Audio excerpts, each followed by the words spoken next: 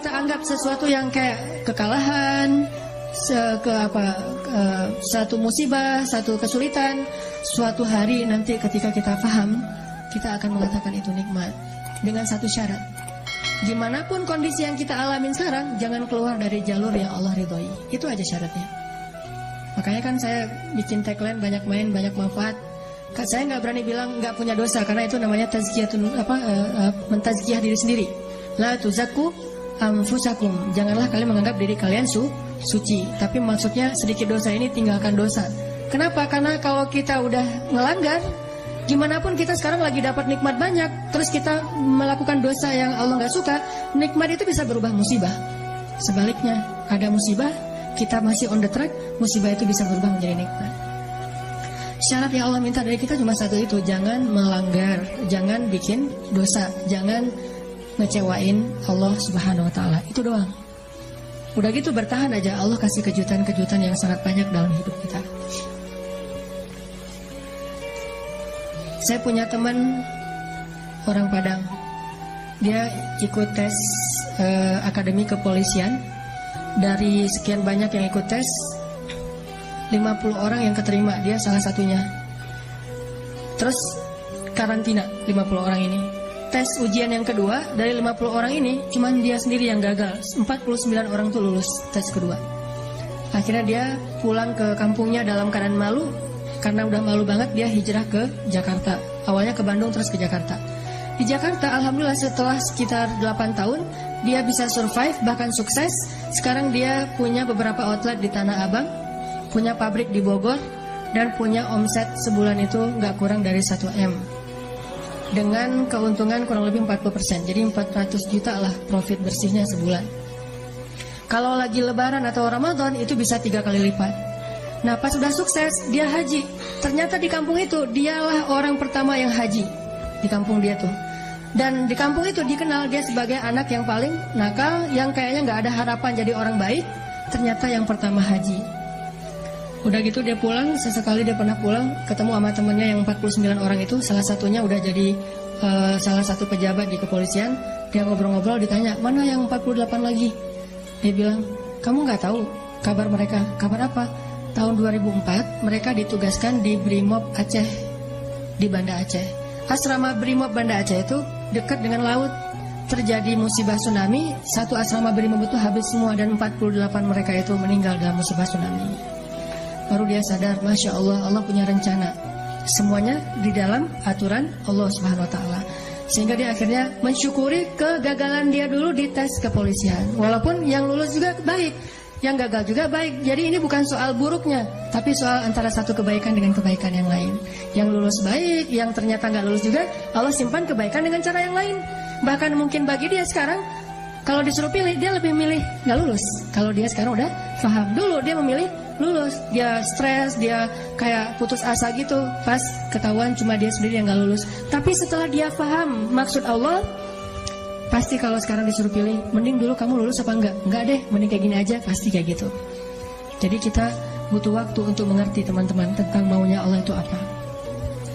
Sama kayak sekarang, kita butuh waktu untuk mengerti kenapa di usia segini masih sendiri. Butuh waktu untuk mengerti. Mungkin Allah emang lagi mempersiapkan calon imam kita yang ideal banget. Nah untuk mendapatkan seseorang yang ideal itu kan butuh waktu. Kalau yang apa adanya kan, yang apa diobral gitu kan gampang. Tapi ini karena terlalu istimewa, kayak permata, mutiara, itu benar-benar dibentuk saking istimewanya, butuh waktu yang lama. Sama kayak kita beli kendaraan. Kalau yang warnanya pasaran kan langsung ready stock ya. Tapi kalau yang warnanya paling unik sendiri kan inden kan. Sampai mau beli satu kendaraan aja indennya bisa 2 bulan. Kenapa? Warna ini jarang Pak, istimewa, sehingga harus inden. Kalau yang ready stock banyak tuh warna standar aja. Begitu juga dengan jodoh. Ada jodoh ready stock, ada jodoh inden. Nah yang inden ini biasanya istimewa. Itu salah satu hikmahnya. Siapa tahu emang dia inden karena lagi mengkhatamkan Al-Quran. Dia berazam, ya Allah saya gak pengen nikah dulu sebelum khatam juz 30. Gak harus 30 juz kan? Sebelum khatam juz 30. Berapa lama? 15 tahun. Nah mungkin dia pengen hafal juz 30 juz, mungkin dia pengen hafal 100 hadis, mungkin dia pengen mapan dulu supaya bisa benar-benar membahagiakan dan menafkahi keluarga besar, bukan cuma istrinya tapi juga mertua dan segala macam. kita emang akan dikasih oleh Allah pasangan yang istimewa, makanya inden. Sehingga kita bersabar, mudah-mudahan ada kebaikan. La'allahu khair wa ma indallahi khair. Mudah-mudahan di sini ada kebaikan, apa yang di sisi Allah lebih baik. Terus berhusnuzon. Ketemu-ketemu, ternyata emang benar, wajar kalau kita inden, istimewa banget. Akhlaknya itu luar biasa. Itu yang dialami oleh Khadijah. Nikah, meninggal. Nikah lagi, meninggal lagi suaminya. Kenapa meninggal? Karena Allah lagi mempersiapkan seseorang yang mungkin pas suaminya meninggal, Nabi Muhammad masih kecil. Tapi Khadijah disuruh punya keluarga dulu biar ada yang ngedampingin dia, terjauh dari fitnah. Cuman gak boleh lama-lama, harus pergi karena mau digantiin oleh orang yang lebih istimewa, yaitu Muhammad SAW. Mungkin bagi Khadijah ketika suami pertamanya meninggal itu musibah. Nikah lagi, suami kedua meninggal, lebih musibah lagi. Udah gitu sendiri, sekian lama baru ketemu dengan orang yang paling istimewa. Gak ada manusia yang lebih istimewa daripada suaminya Khadijah, yaitu Rasulullah SAW. Allah punya rencana. Awalnya Khadijah menangis, yang kedua Khadijah menangis, tetapi setelah dia paham rahasia yang ketiga, mungkin dia akan mengatakan bahwa inilah yang terbaik untuk saya. Kalau saya tahu ini dari dulu, maka saya akan tahu bahwa Allah itu maha baik kepada saya. Ini artinya Allah punya rencana. Kurang baik apa suami kayak Rasulullah? Nih, mungkin kita yang berada di sebelah kanan ini lagi disiapin sama Allah untuk belajar akhlak dari Rasul, supaya nanti kalau ketemu yang di sebelah satu lagi, insya Allah kita benar-benar bisa membahagiakan dia seperti Rasul membahagiakan Khadijah atau Aisyah. By the way teman-teman, Rasulullah itu orangnya easy going loh. Ini akhlak suami ya. Ini jadi kayak pengajian pernikahan nih. Suami yang soleh itu suami yang bisa membuat istri yang lagi bete ketawa. Itu suami soleh. Kan kenyataannya sekarang suami-suami bisa bikin istri yang lagi ketawa bete kan. Lagi happy-happynya, lagi jalan bareng, tiba-tiba ilfil gara-gara dia ngerusak suasana. Ucapannya gak terjaga, sikapnya gak terjaga gitu. Kalau Rasulullah itu terbalik. Istri yang lagi bete, yang lagi ilfil, lagi gak nyaman, bisa dibikin happy, ketawa. Saking easy going-nya Rasulullah. Jadi no hard feeling terhadap istrinya. Kalau kita mama lupa ya dengan hadis-hadis Rasul, keluar semua dalil. Padahal Rasul pemilik dalil, tapi nggak ngeluarin dalil itu. Kita yang bukan pemilik dalil ngeluarin. Coba, kan agak-agak unik nih. Kalau kita kan dalilnya riwayat Bukhari, Muslim, atau siapa, pokoknya ada riwayat, saya lupa riwayat siapa gitu kan. Kalau Rasulullah kan nggak mungkin pakai ada tuh hadis riwayat Bukhari, kan nggak kan ya. Orang Rasul sendiri yang punya hadis. Jadi aku yang berbicara dan aku yang meriwayatkan lebih kuat daripada hadis Bukhari. Kita pakai hadis Bukhari aja udah bangga. Rasulullah nggak pakai hadis Bukhari loh, hadis sendiri. Nggak pakai Bukhari. Tapi ketika istrinya lagi bete, lagi sedih, lagi cemburu gitu, pernah nggak Nabi ngeluarin dalil? Enggak, Nabi nggak ngeluarin dalil, tapi nunjukin akhlak. Dalil itu disampaikan oleh Nabi ketika suasananya normal, lagi nyaman. Nabi mengajarkan istri yang soleh itu kayak gini. Tapi kalau lagi pada ada masalah, Nabi nggak pakai dalil, akhlak yang ditunjukin. Itulah sunnah Nabi SAW. Kita pas lagi ada masalah dikit sama teman, langsung browsing istri yang soleha, search, keluar hadis-hadisnya, langsung di forward, langsung di send ke pasangan kita. Mah tuh lihat tuh hadisnya sahih loh mah. Memangnya hadis istri doang, istrinya juga browsing. Suami yang penyabar, search, keluar hadisnya. Jadi lempar-lemparan dalil dan gak ada yang dapat hidayah. Harusnya terbalik. Kalau kita lagi punya masalah teman-teman dengan pasangan, carilah nasihat untuk menasihati diri kita. Jangan cari nasihat untuk menasihati orang lain. Karena kenyataannya saya sering diundang acara kayak taklim keluarga gitu. Terus kalau yang undangnya suami, dia suka request gini, Ustaz, nanti boleh nggak materinya tentang istri yang solehah? Kan berarti dia nggak ngundang saya untuk mendengar nasihat kan? Tapi dia ngundang saya untuk memperdengarkan nasihat, bukan untuk mendengar nasihat. Istrinya juga gitu, Ustaz, ini materi bagus banget, tapi sayang suami saya nggak datang. Nah kan, artinya dia pengen mendapatkan nasihat buat orang lain. Padahal harusnya, alhamdulillah saya dengar ini, gak apa-apa suami saya gak dengar, yang penting saya memperbaiki diri saya dulu. Insya Allah nanti Allah akan memperbaiki pasangan. Nah, Rasulullah tuh gak pernah gitu. Ada Aisyah cemburu keluar dalil, Aisyah cemburu keluar dalil, enggak. Rasulullah justru mencontohkan teladan easy going. Sering dengarkan cerita Aisyah ngambek, udah kalau kayak gini terus saya laporin nih ke ayah saya. Dia mau ngelaporin Rasul ke ayahnya Abu Bakar. Dia lupa ayahnya itu murid Rasul. Jadi kayak mau melaporkan gurunya, melaporkan kiainya kepada ayahnya, padahal ayahnya adalah murid kiai tersebut. Saya lapor ini ke ayah saya, kata Rasulullah, aku antar ya, coba. Mau dilaporin diantar. Boleh, ya udah dianterin. Cecet nyalain kendaraan garasi. Dan by the way teman-teman, garasi Rasulullah itu asetnya kurang lebih 10 miliar ya. Nabi itu punya kendaraan untuk touring, punya kendaraan off-road, punya kendaraan yang untuk di dalam kota, city car gitu. Kalau touring, Nabi pakai kendaraan namanya onta.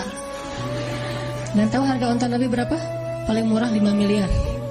Jadi satu onta Qaswa Nabi itu bisa beli 3 Alphard. Namanya sih onta, tapi lebih mahal daripada Alphard. Terus kendaraan off-roadnya Nabi, kuda perang Nabi. Kudanya Pak Prabowo aja harganya 3 miliar ya. Apalagi kuda perang Nabi, lebih dari 3 miliar. Nah, city car Nabi namanya keledai. Itu untuk jalan dekat-dekat aja ke warung misalnya itu sih. Oke, keledai. Dan tiga-tiganya terparkir tuh di garasi Nabi. Jadi Nabi itu bukan orang miskin, tapi orang yang sederhana. Tidak menggunakan fasilitas hidup kecuali karena memang butuh yang bagus sekaligus ya sekalian, ya udah pakai yang bagus sekalian. Jangan tanggung. Jalan naik keledai berdua sama Aisyah. Ibarat bahasa kita mah naik motor berdua sama istri. Cari yang banyak polisi tidurnya. Kalau udah nikah nggak masalah ya. Oh di sana banyak polisi tidur, bagus nih, jalan sama istrinya. Tapi sampai di rumah Abu Bakar kaget dan ngerasa nggak enak gitu. Kok Nabi yang datang, harusnya Abu Bakar yang dipanggil datang sendiri. Ya Rasulullah, kalau butuh apa-apa panggil aja, biasa yang datang, jangan Rasul ke rumah saya. Abu Bakar nggak ngomongin Aisyah sama sekali. Nabi yang diladeni sama Abu Bakar. Duduk Abu Bakar, Rasulullah, Abu Bakar, Aisyah. Ada apa ya Rasulullah? Terus Rasulullah melihat ke arah Aisyah, bilang, Aisyah boleh nggak saya ngomong duluan? Coba, seorang Rasul, kekasih Allah, pemimpin semua manusia, malah minta izin ke istrinya pengen ngomong. Aisyah boleh nggak saya ngomong duluan? Kata Aisyah, boleh, tapi jangan ngomong kecuali yang benar ya. Coba ngomong kayak gitu Aisyah, jangan bicara kecuali yang benar. Emang kapan Nabi berdusta? Wa ma yantiqu anil hawa in huwa illa wahyun yuha. Nabi itu nggak pernah bohong. Semuanya wahyu dari Allah Subhanahu wa taala. Mendengar komen dari Aisyah kayak gini, Abu Bakar marah, unlike langsung. Wah nih Aisyah nih postingannya nggak benar nih, Aisyah hapus, jangan posting kayak gitu, atau ganti aja captionnya, jangan gitu-gitu amat gitu. Di unlike sama Abu Bakar, hampir unfollow, kan bahaya kalau di unfollow. Kata Abu Bakar, ya Aisyah, waihak gitu. Kenapa kamu mengatakan hal demikian kepada Rasulullah? Allah aja percaya kepada Aisyah, siapa kamu nggak percaya kepada Rasul? Siapa kamu nggak percaya kepada Rasulullah? Didorong sama Abu Bakar, dorong gini. Langsung dibelain sama Rasulullah. Ya Abu Bakar, jangan sakiti istri saya. Kami nggak datang ke sini supaya kamu menyakiti istri saya. Marah-marah Rasulullah ke Abu Bakar. Terus Abu Bakar, ya Rasulullah maaf. Dibelain. Abu Bakar minta maaf, dibelain sama Rasulullah. Rasulullah lagi ke belakang. Aisyah, tuh lihat tuh, aku belain kamu kan? Mana dalil? Nggak ada dalil yang keluar sama sekali. Akhlak yang keluar, yang di display itu akhlak dulu. Nanti kalau udah tertarik dengan akhlak, dia masuk ke dalam outlet itu baru ngomongin dalil. Aisyah tuh, aku belain kamu kan? Ya. Terus sekarang gimana kata Rasul? Udah kita pulang aja yuk, daripada orang itu ngamuk gitu. Aisyah takut sama ayahnya, pulang diantarin lagi sama Rasulullah. Udah happy lagi tuh. Ternyata menyelesaikan masalah di antara kita itu dengan akhlak juga selesai. Kadang-kadang kan kita dikit-dikit keluar dalil, dikit-dikit keluar dalil, padahal bukan waktunya. Kita suka menggunakan istilah balighu anni walau ayah, sampaikan dariku walaupun satu ayat. Tapi Nabi sendiri nggak menyampaikan waktu itu. Kenapa? Baligh itu harus sampai ke hati, bukan cuma ngucapin. Kalau ngucapin namanya bukan balighu anni, tapi ucapkanlah dariku walaupun satu ayat. Kalau baligh, tabligh itu harus berkesan di hatinya. Berarti harus cari momen yang pas. Likulli maqamin maqal. Semua tempat itu ada teksnya. Itu disebut dengan bijak.